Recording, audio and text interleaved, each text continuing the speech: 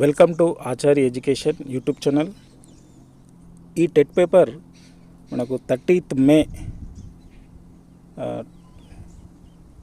మే రోజు షిఫ్ట్ 1లో జరిగినటువంటి పేపర్ 1 అంటే ఇది ఎస్జిటి వాళ్ళకి టెట్ పేపర్ 1 వాళ్ళకి సంబంధించినటువంటి దీంట్లో మనకు తెలుగుకు సంబంధించి క్వశ్చన్స్ ఎట్లా ఇచ్చాడు, లాంగ్వేజ్ సంబంధించినటువంటి కంటెంట్ సంబంధించినటువంటి ప్రశ్నలు ఎట్లా వచ్చాయి, తర్వాత మెథడాలజీ అనేటువంటిది ఏ విధంగా ఉందో మనం దీంట్లో తెలుసుకుందాం. దీంట్లో మొదటి ప్రశ్నగా మనం తీసుకుంటే,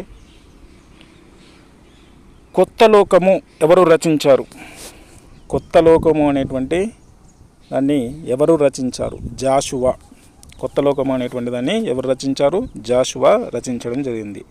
తర్వాత వానమామలై వరదాచార్యులు రాసిన రైతు బిడ్డ అనున్నది. వానమామలై వరదాచార్యులు రాసినటువంటి రైతు బిడ్డ అనున్నటువంటిది దీంట్లో ఏది? ఈ ఆప్షన్స్లలో ఇది బుర్రకథల సంపుటి.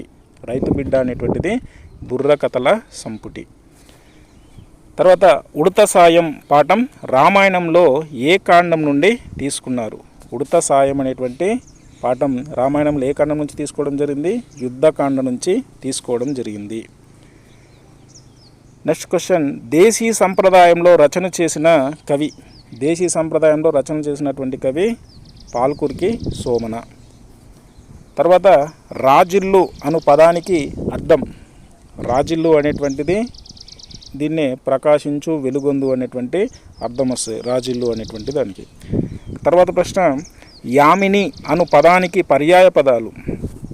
యామిని అంటే చీకటి అనేటువంటి అర్థం వస్తుంది. యామిని అంటే నిషిది, రాత్రి, చీకటి అనేటువంటి పర్యాయ పదాలు రావడం జరుగుతుంది. తర్వాత కాలం అను పదానికి నానార్థాలు. కాలం అనేటువంటి దానికి నానార్థాలు ఏమున్నాయంటే, కాలం అంటే నల్లనిది, తర్వాత కాలం అంటే సమయం అనేటువంటి నానార్థ పదాలు ఉన్నాయి. తర్వాత కుల్య. కుల్య అను పదానికి వికృతి పదం. కుల్య అంటే పదానికి వికృతి పదం ఏంది? ఇక్కడ కాలువ అనేటువంటిది వస్తుంది. తర్వాత వసుధ అను పదానికి వ్యుత్పత్తార్థం. వసుధ అను పదానికి ఉత్పత్తార్థం ద్రవ్యాలను ధరించినది. ఇప్పటికీ ఈ వసుధ అనే దానికి సంబంధించి 4 times రావడం జరిగింది, అది టెట్ సెషన్లలో కలిపి.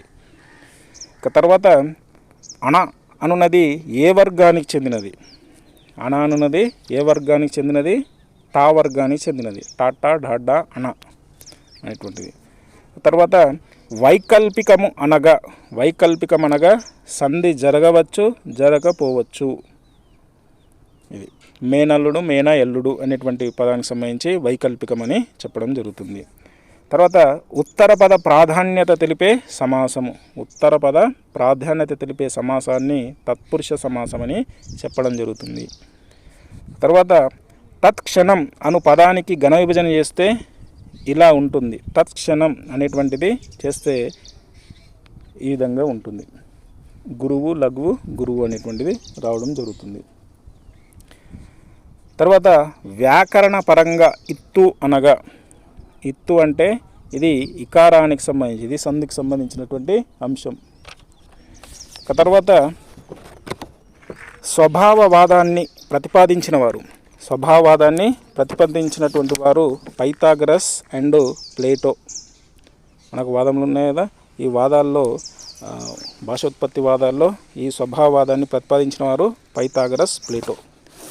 తర్వాత ఈ క్రింది ఉత్తమ శ్రవణ లక్షణాలలో సరైన వాణిని గుర్తించండి. దీంట్లో సరైనటువంటి మనకు BCD అనేటువంటి ఇచ్చారు. ధ్వనుల ఊనికను, స్వరభేదాన్ని గ్రహిస్తారు. విన్న ధ్వనులను తనకు తెలిసిన ధ్వనులతో పోల్చి చూసుకుంటారు. ఏకాగ్రతతో వింటారు. ఇక్కడ గుర్తించలేరు అని ఇచ్చారు కాబట్టి ఈ ఆప్షన్ కాదు. నెక్స్ట్ క్వశ్చన్, మాంటిస్సోరీ ప్రతిపాదించిన పద్ధతి ఒక బోధన పద్ధతి మాత్రమే కాదని, విద్యారంగంలో ఒక విప్లవాత్మక ఆలోచన విధానమని అభిప్రాయపడినటువంటి వారు గిజుబాయ్. మాంటిస్సోరీకి సంబంధించినటువంటి చెప్పింది గిజుబాయ్. తర్వాత సంస్థాగత ప్రణాళిక ముఖ్య లక్షణాలలో సరైన వాణిని గుర్తించండి. ఇంట్లో సంస్థాగత ప్రణాళిక సంబంధించినటువంటి సరైనటువంటిది ఆప్షన్స్ ఏంటంటే ABC అనేటువంటి ఆప్షన్స్. పాఠశాలకు సమాజానికి మధ్య సన్నిహిత సంబంధం ఏర్పరచడం, పాఠశాలకు అవసరమైన ఆర్థిక మానవ శక్తి వనరులను సేకరించి సద్వినియోగం చేయడం, పాఠశాల నిర్వహణలో ప్రజాస్వామ్య విలువలను పాటించడం. ఇది సంస్థాగత ప్రణాళికకు సంబంధించినటువంటి ముఖ్యమైనటువంటి అంశాలు.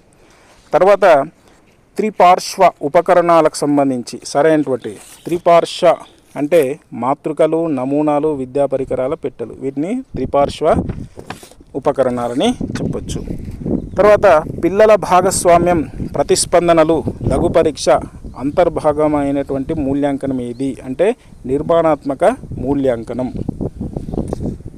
ఇవి మనకు మే 30 రోజు పేపర్ 1కి సంబంధించినటువంటి వచ్చినటువంటి Telugu content and methodology questions. ఈ పేపర్ మే 30 పేపర్ 1 షిఫ్ట్ 2 వచ్చినటువంటి మే 30 రోజు పేపర్ 1 వారికి షిఫ్ట్ 2 వచ్చినటువంటి క్వశ్చన్స్ తెలుగు కంటెంట్ సంబంధించినటువంటి మనం తెలుసుకుందాం. దీంట్లో మొదటిగా శోభ అనేటువంటి సాహిత్య మాసపత్రికను సంపాదకుడిగా ఉన్న కవి పేరు. శోభ అనేటువంటి సాహిత్య మాసపత్రిక, దీనికి సంపాదకుడిగా ఉన్నటువంటి కవి పేరు దేవులపల్లి రామానుజరావు. శోభ అనే పత్రిక సంపాదకుడు దేవులపల్లి రామానుజరావు. తర్వాత మాతలకు మాత సకల సంపత్ సమేత అన్నటువంటిది ఎవరు? గుర్రం జాషువా. మాతలకు మాత సకల సంపత్ సమేత అన్నది గుర్రం జాషువా. రాయప్రోలు సుబ్బారావు గారి రచన కానిది. రాయప్రోలు సుబ్బారావు గారు రచన కానిది. రచనలు తృణకంకణం, రమ్యాలోకం, వనమాల. మరి రచన కానిది ఏదంటే పల్లవి. తెలంగాణ పత్రికను నడిపింది ఎవరు? తెలంగాణ అనేటువంటి పత్రిక దీన్ని నడిపింది వట్టికోట ఆళ్వార్ స్వామి. వట్టికోట ఆళ్వార్ స్వామి తెలంగాణ అనేటువంటి పత్రికను నడపడం జరిగింది. తర్వాత అనిశం అనే పదానికి అర్థం. అనిశం అంటే ఎల్లప్పుడూ అనేటువంటి అర్థం వస్తుంది. తర్వాత మైనస అంటే అర్థం. మైనస అంటే అర్థం ఏంది? మేని, దురద అనేటువంటి అర్థం వస్తుంది. తర్వాత పడియ అంటే అర్థం. పడియ అంటే అర్థం ఏమిటి? పడియ అంటే మడుగు. తర్వాత దుర్ధరం అనేటువంటి పదానికి పర్యాయ పదాలు. దుర్ధరం అనేటువంటి పదానికి పర్యాయ పదాలు కప్ప, మండూకము. తర్వాత కారు అనేటువంటి పదానికి నానార్థాలు. కారు మబ్బులు అంటాం కదా, కారు మబ్బులు నల్లగానే ఉంటాయి. నలుపు కాలం అనేటువంటిది. కారు అంటే కాలము, తర్వాత నలుపు అనేటువంటి అర్థాలు వస్తాయి. తర్వాత పాఠం అందరూ చదువుకొని రండి. ఈ వాక్యం దేనికి సంబంధించినది? పాఠం అందరూ చదువుకొని రండి. ఈ వాక్యము దేనికి సంబంధించినది? ఇది విద్యార్థకానికి సంబంధించినటువంటిది. తర్వాత ఏకాదేశం అనగా అర్థం ఏమిటి? ఏకాదేశం అంటే ఒకే వర్ణం స్థానంలో మరో వర్ణం రావడం. ఒక వర్ణం స్థానంలో మరో వర్ణం వస్తే దాన్ని ఏకాదేశము అంటారు. తర్వాత ద్విరుక్త టకార సంధి. ద్విరుక్త టకార సంధి కానిది అని అన్నాడు. చిట్ట చివర, పట్టపగలు, తుట్టతుడకు ఇవన్నీ ద్విరుక్త టకార సంధులే. మరి కానిది ఏంటంటే అప్పుడప్పుడు అనేటువంటిది ద్విరుక్త టకార సంధి కానిది అని అర్థం. తర్వాత క్వశ్చన్, లెక్కకు రాని కోరికల రీతులలో బడి మానవుండిటుల్ ఈ పద్యపాదం దేనికి సంబంధించింది? లెక్కకు రాని కోరికల రీతులలో బడి మానవుండిటుల్ ఈ పద్య పాదం దేనికి సంబంధించింది? ఇది ఉత్పలమాలకు సంబంధించింది. ఒకసారి చూసుకుంటే మనకి ఈజీగా తెలిసిపోతుంది యతిస్థానం ఏంటి. తర్వాత ప్రశ్న, హగనంలో ఉండే లఘువు గురువులు. హగనంలో ఉండేటువంటి లఘువు గురువులు, ఒకటి గురువు ఒకటి లఘువు ఉంటుంది హగనంలో. తర్వాత త్రిభాషా సూత్రాన్ని ప్రతిపాదించినటువంటిది ఎవరు? కొఠారి విద్యా కమిషన్, కేంద్ర ప్రభుత్వ విద్యా సలహా సంఘం. మరి ఇక్కడ త్రిభాషా సూత్రాన్ని మనకు ప్రతిపాదించింది కేంద్ర ప్రభుత్వ విద్యా సలహా సంఘం మొదటగా ప్రతిపాదిస్తే, కొఠారి విద్యా కమిషన్ కూడా బలం చేకూర్చడం జరిగింది. ఈ విధంగా 2 ఆప్షన్లు మనకు ఇవ్వడం జరిగింది. తర్వాత భాష అనేది ప్రత్యేక నియమాల సముదాయం ఆధారంగా నిర్మించిన ప్రత్యేక వాక్యాల సముదాయం అని నిర్వచించినటువంటి భాషా శాస్త్రవేత్త నోమ్ చామ్స్కీ. తర్వాత క్వశ్చన్ కూడా నోట్ అనేటువంటి ఇచ్చారు, ఫుల్ మార్క్స్ అనేటువంటిది వస్తుంది అనేటువంటి విషయం ఇచ్చారు. తర్వాత జర్మన్ తత్వవేత్త ఫ్రోబెల్ ప్రవేశపెట్టిన బోధనా పద్ధతి. ఫ్రోబెల్ ఏ దేశానికి చెందినటువంటి వాడు? జర్మన్ దేశానికి చెందినవాడు. ఈయన ఫ్రోబెల్ ప్రవేశపెట్టినటువంటి బోధనా పద్ధతి ఏ పద్ధతి? కిండర్ గార్డెన్ బోధనా పద్ధతి, కిండర్ గార్టెన్.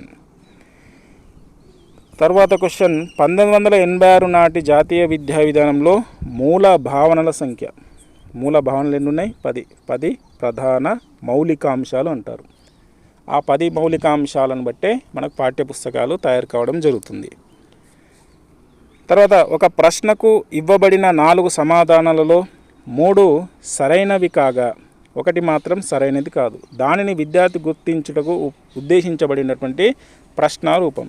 ఇది రెండిటికి సంబంధించినటువంటి ప్రశ్నలు. విలోమ రూపమైన వర్గీకరణ ప్రశ్న అయినా దీనికి ఆన్సర్స్ అనేది వస్తాయి. ఇవి ఈ విధంగా మనకు ఈ షిఫ్ట్లో వచ్చినటువంటి ప్రశ్నలు.